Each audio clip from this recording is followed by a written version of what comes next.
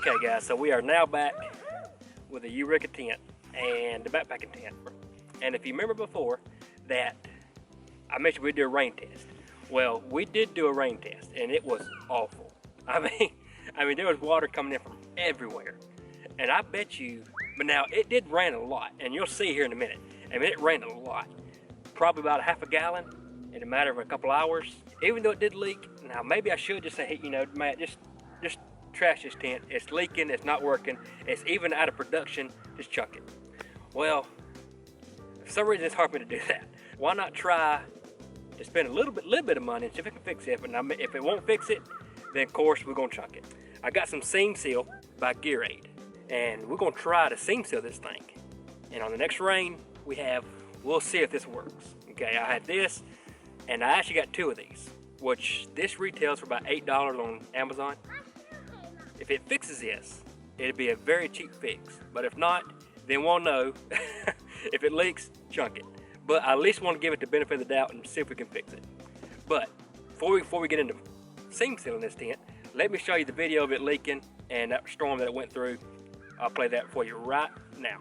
So I am right now inside of the Eureka Apex 2-person tent, backpacking tent, and you watched my video before this one on the setup of this tent.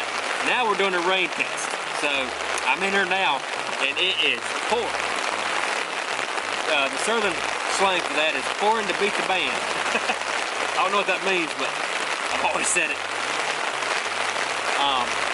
You probably can hear the rain. It is really probably pretty loud. But I just got in here, and I mean already this thing is leaking like crazy. I mean I just as soon as I stepped in here, I seen puddles and puddles and puddles. I mean, that's looking good for the home team right now. Let me show you. And I'm sure I may find more as I go, but let me show you what I see now. Not sure if I can see that there. That is a bunch of water. Now where it's coming from, I'm not exactly sure. Probably coming from up here. You can maybe see the moisture on the ceiling. It's also running down the walls.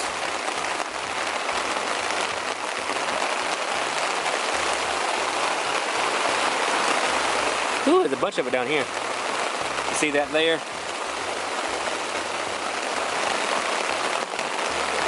Now this may not be necessarily a testament of this tent. I mean, maybe the rain fly needs to be treated really good. But this is just first look at it. And this is also something to expect with used gear. But it's raining really good. But it's not dripping on me. It's just running down the wall. We got a thunderstorm in January. Wow. Okay, so here we had the Gear 8 here, seam seal. Now this tent, some of this, all tents are made with either polyester or nylon. Now this here is a polyester. Now I'm pretty sure I bought the kind that works for both. So let's see what we can do with it. Now if I'm not mistaken, the water was supposed to be coming in from the top seams. So that's where we're gonna start first and focus on really. So if we run out, I'd rather run out down here or somewhere, but we're gonna get the top really good first, because I think that's where it was coming in at.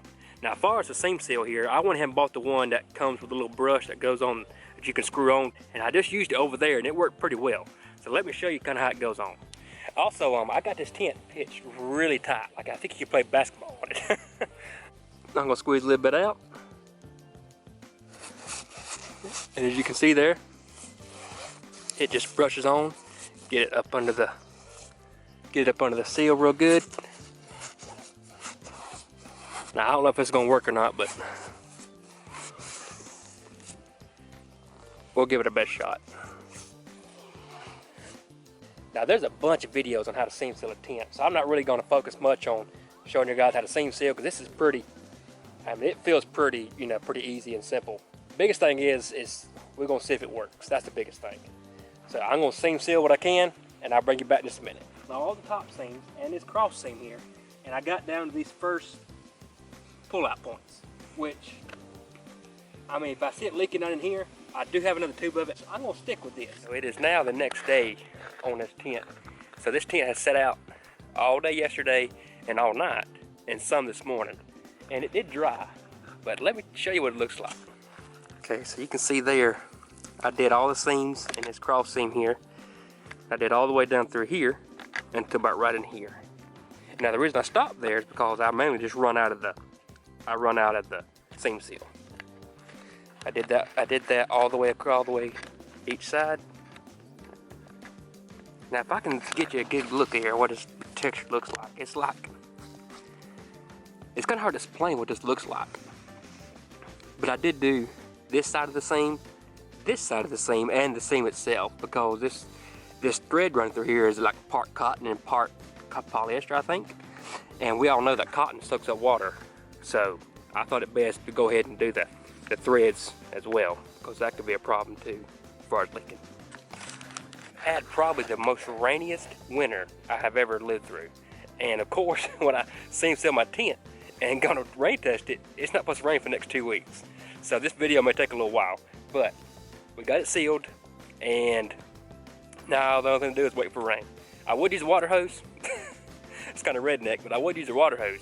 But I don't think that'd do it justice. But let's wait for rain, and we'll see what happens. Guys, I'll see you on the next one. Thanks for watching.